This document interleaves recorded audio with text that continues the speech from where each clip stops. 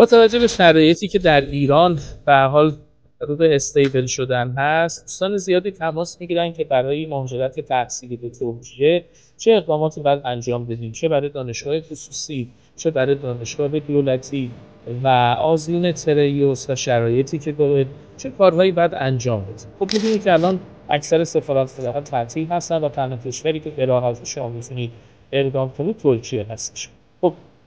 این مسئله برای اقدام نکات خیلی ریز و نکات خاصی رو داره که اگر خودتون بخواید به هر حال اقدام بکنید ممکنه دچار خطاهای به هر حال جبران ناپذیری بشید. من در خدمتتون هستم با توجه به شرایطی که در ایران پیش اومده به صورت کاملا رایگان تمامی این نکات رو در اختیارتون قرار بدم. کافیه که زیر این پست، زیر این استوری